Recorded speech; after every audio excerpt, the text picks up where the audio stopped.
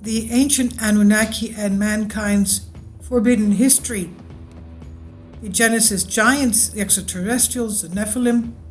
There are some things related to mankind's lost history and our mysterious amnesic past that is not being talked about in modern history. The story behind the Anunnaki, those who Anu sent from heaven to earth, quote unquote, is far more mysterious than anyone is willing to accept. In recent years, and mostly because of the ancient astronaut theory, which proposes that Earth has been visited by advanced alien civilizations from thousands of years ago, the truth behind the Anunnaki has gained a lot of importance among millions of readers and viewers around the globe. And let's remember, these entities were also in many global mythologies and legends. While many remain skeptical about the existence of the Anunnaki, their influence in the human development, and the reasons why they came to Earth, millions of people around the globe firmly believe that the Anunnaki are the missing link in human history, development, and abrupt evolution.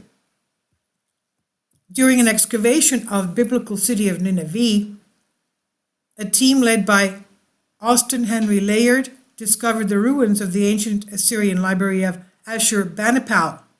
One of the most important discoveries made during the excavation were a series of cuneiform tablets called the Anu Elis, or better known as the 7 Tablets of Creation. These 7 tablets of creation tell the story about a group of gods called the Anunnaki who came from heaven to create the human race. Information about the Anunnaki is extremely limited, and most of the history surrounding their existence are filled with controversy. Today, when we read or seek information about Sumer and the Anunnaki, or the people that inhabited that part of the world, we come across controversial author Zecharia Sitchin. In 1976, author Sitchin published his personal translations of the Sumerian texts in a series of books called The Earth Chronicles.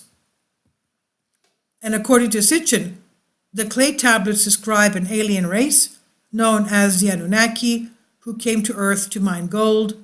Sitchin practically suggested that extraterrestrials visited Earth in the past because their home planet needed gold to survive. Now let's remember that the North American native tribes also believed in extraterrestrials that they called Anu, their great friend from the heavens, extraterrestrials, they called Anu. Kindly support my Patreon account. The daily posts are 5 videos daily, and they are totally different from what I have on my YouTube channel. Thank you so much for your support and that you find all my content so interesting. You'll find the Patreon account details in the description box.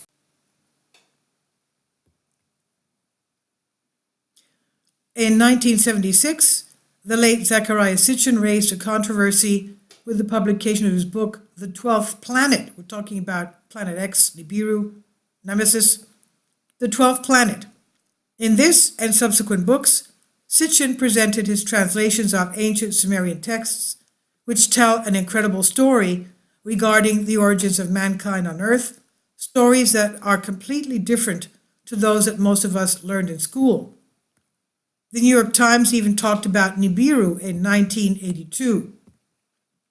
Something out there beyond the farthest reaches of the known solar system seems to be tugging at Uranus and Neptune. This is New York Times article, text from 1982. Something seems to be tugging at Uranus and Neptune. We know that they're the outer solar system planets.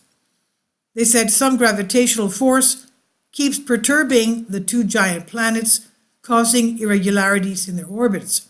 The force suggests a presence far away and unseen, a large object that may be long-sought Planet X. The last time a serious search of the skies was made, it led to the discovery in 1930 of Pluto, the 9th planet. Now, this year, astronomers detected the long-lost planet of our solar system. They called it Planet 9. The enigmatic Planet X orbits our sun at such a distance that it needs between 10,000 to 20,000 years to complete a single orbit around it. The authors of the study, Michael Brown and Konstantin Badigan, suggest that the smaller bodies located on the edge of our solar system appear to be influenced by the gravity of a hidden planet, a massive perturber, quote unquote. Now, deciphering history piece by piece, today the Anunnaki are considered by many people around the globe as the founding fathers, quote unquote, of civilization mankind. Some archaeologists even suggest that the Anunnaki have a very important history in South America and the pre-Inca and Inca civilizations. Remember the Fuente Magna Bowl? Modern day archaeology does not agree with these theories, even though there is plenty of evidence. It seems that everywhere we look on our planet, we find pieces of history that point towards a far more enigmatic past than what mainstream scholars are willing to accept. This is mainly because we're living in a limited information environment. Not all the details regarding ancient mankind's past are documented and presented to society. Let's remember, I want to put my comment in here before I forget, the Genesis giants in the Old Testament, the first book of the Holy Bible, talking about Genesis giants. Let's remember also the book of Exodus, where one person from each of the 12 tribes were sent to look at the promised land, and they found giants there. And they said, we looked like ants to them, right? They were giants there in those days. This was about 1500 BC. Now, going back to this article, there are some gaps, quote unquote, in our history that cannot be explained by mainstream scholars. But according to the ancient astronaut theory, these enigmatic gaps in mankind's history, ancient history, can be perfectly explained and rationally approached by mainstream scholars who continue presenting us with a linear, one-way street when it comes to mankind's history. And let's remember, we've also had many extinction-level events. Now, this, they said, is why we won't hear about the Anunnaki and their importance in human development in modern-day society, as we are being blindfolded by the mainstream researchers who continue with their closed-minded approach trying to understand the enigmatic past of our ancestors and their incredible achievements. The Anunnaki timeline coming to Earth, according to Sitchin.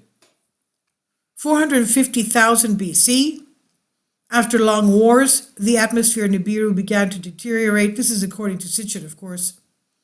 The Nibiru atmosphere deteriorated and became a hostile place for life. The Anunnaki needed gold to repair their atmosphere. According to researchers, we can use gold nanoparticles to repair our damaged ozone layer. 445,000 BC, the Anunnaki aliens landed on Earth, establishing their base in Eridu, wanting to extract gold from the Persian Gulf. They were led by Enki, the son of Anu. 416,000 BC, gold production fell, which made Anu come to Earth. Beside him, his other son Enlil arrived.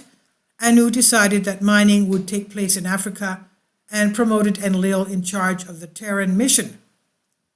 400,000 BC, in southern Mesopotamia were 7 developed nations. Among the most important were Sippar, Nippur, and Shurupak. After the metal was refined, the ore was transported from Africa with ships, quote unquote, and sent into orbit. So this is on Bended Reality. Please leave your comments. Thank you for your support.